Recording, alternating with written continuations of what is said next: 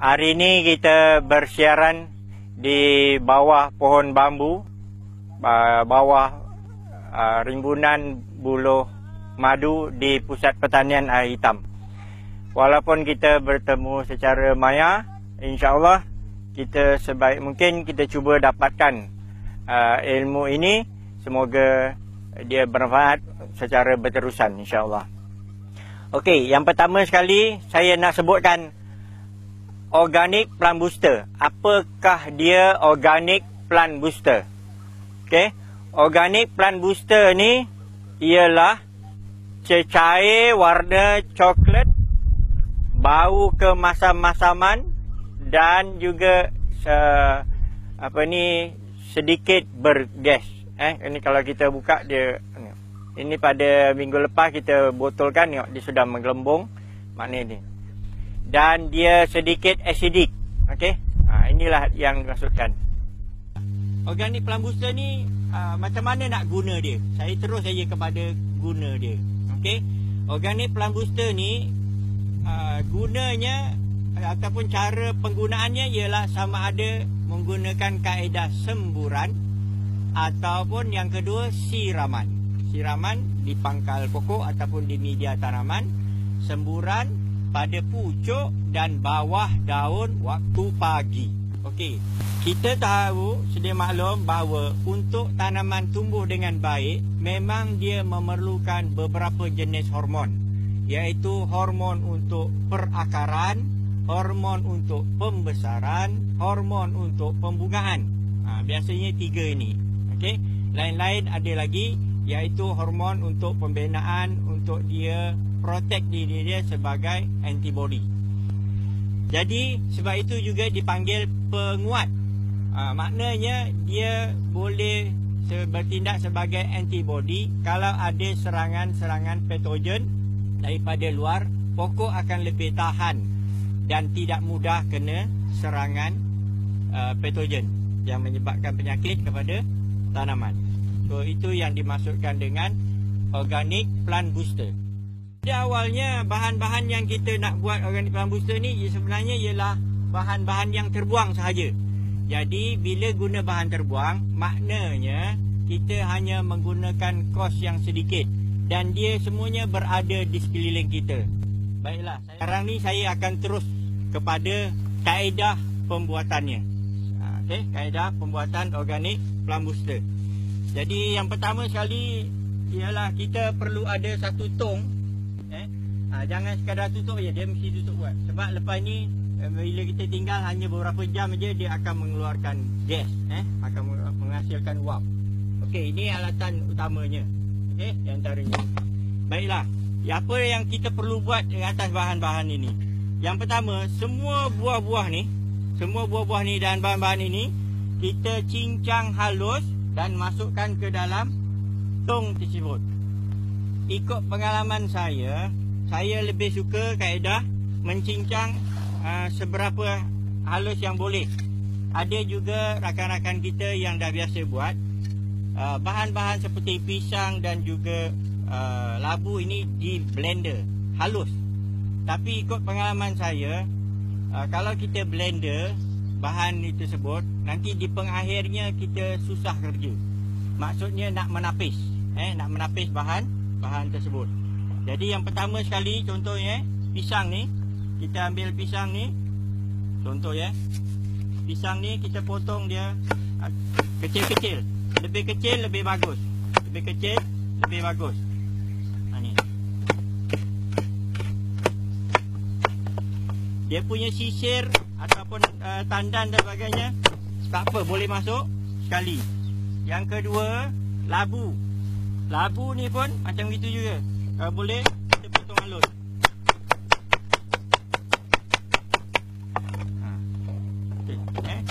Lebih halus, lebih bagus. Sebab bila lebih halus, luas permukaan yang mengenai molasses untuk diekstrak akan menjadi lebih mudah. Kalau kita blender, dia sangat halus, memang bagus. Tetapi kerja-kerja menapis susah. Ni kangkung Kangkung pun kita cincang halus macam ini.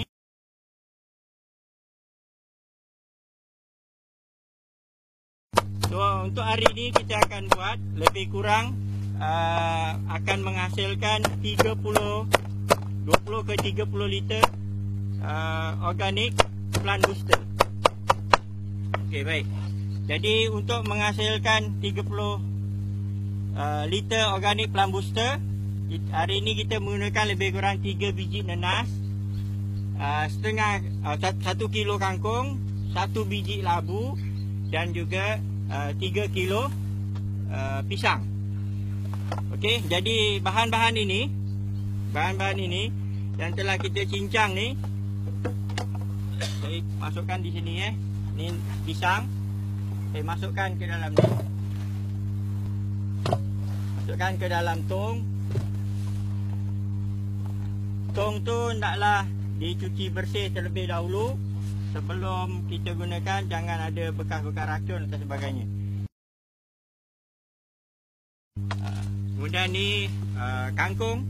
Kangkung ni kita kalau dapat kita lebihkan dia. Lebihkan lebih banyak kangkung. Ini tadi saya pakai 1 kilo, tapi kalau tuan-tuan sampai 3 kilo ke 4 kilo pun lebih bagus. Apa? Tak jadi masalah untuk buat ini. Sebenarnya tiadalah resepi dengan nisbah-nisbah tertentu yang khusus untuk buat organic plant booster ni. Yang penting bahan-bahan ni kalau ada semua, dia menjadi lengkap untuk pembuatan organic plant booster. So itu bahan-bahan yang kita boleh dapat secara di luar sana, yang mana kita pakai lagi, iaitu sisa-sisa tanaman. Lepas tu telur. Telur ni ini 8 biji. Telur nak buat macam mana? Ini telur ni selalunya kita pecahkan. Pecah terus masuk dalam ni. Pecah ni. Terus dengan kulit-kulitnya sekali masukkan. Macam ni. Okey. Telur ayam, telur itik boleh. Okey. Semua masuk sekali. Okey. Selepas itu saya masukkan bahan seterusnya ialah belacan. Okey. Belacan ni biar dia dalam plastik. Kita cuba hancurkan gini, sebab kalau kita keluarkan nanti dia melekat dekat tangan. Nanti susah nak hilang bau dia. Okey. Okey, hari ni saya gunakan 4 keping belacan. Okey. Ini pun saya tahu kalau dia lebih banyak lebih bagus sebenarnya. Tapi oleh kerana kita guna belacan ni, dia cepat terurai. Kalau kita guna ikan baja dan sebagainya, sebenarnya kita kena peram dia lebih lama, lebih bagus, sebab dia lambat terurai. Tapi kalau belacan tak apa, dia dah melalui satu proses pemeraman juga semasa buat belacan. Jadi dia mudah terurai. Belacan ni kalau ganti ikan, dia akan menghasilkan FAA, Fish Amino Acid.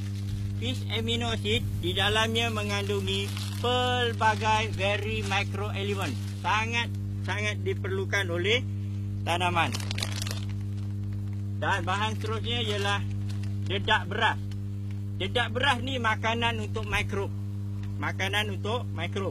Kemudian kita bagi lagi molasses sebagai pemangkin ataupun catalyst untuk dia selera makan. Okey. Kita masukkan tu. Ni lebih kurang 1 kilo. Kalau tak ada dedak beras, tuan-tuan boleh juga guna air beras.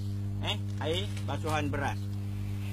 Dan last sekali kita masukkan susu. Hari ni saya gunakan susu ni jadi tapi yang tidak berperisa. Okey, selalunya saya guna susu lembu asli. Okey. Hari ni saya gunakan 4 kilo susu. Andai kata susu ini susu reject yang telah luput tarikh pun boleh guna. Okey. Lagi bagus. Eloknya gitulah, sebab kita kalau boleh nak gunakan bahan-bahan yang dah terbuang.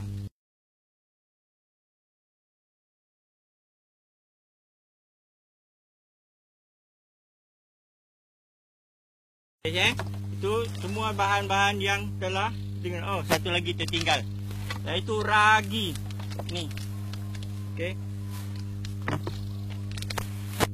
Tapai.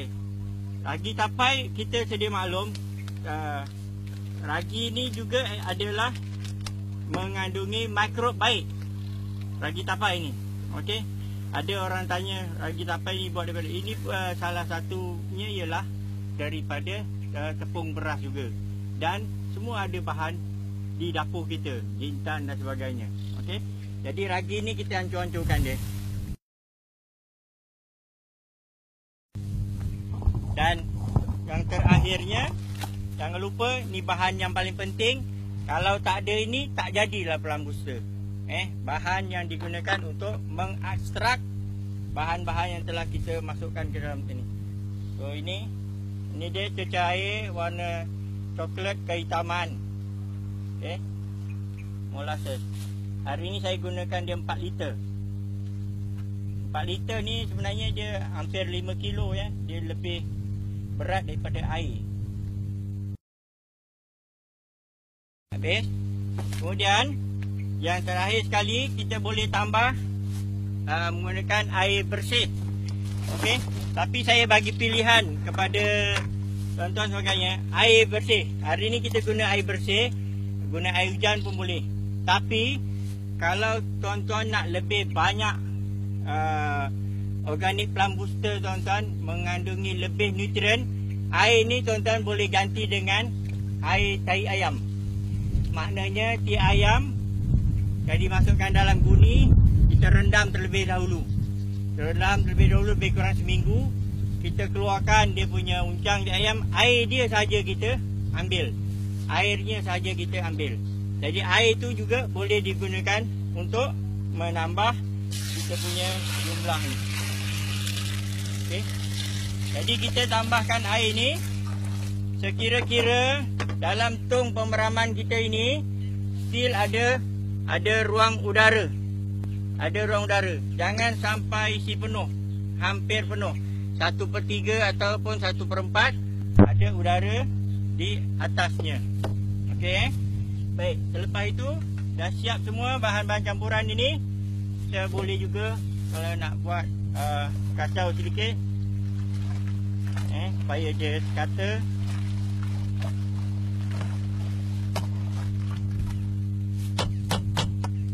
Dan kita tutup secara kedap udara. Kedap udara. Kita kalau biarkan selepas 1-2 jam ini pun sudah menggelembung, sudah menghasilkan gas. So begitu peringkat awal pembuatan organic Plant Booster.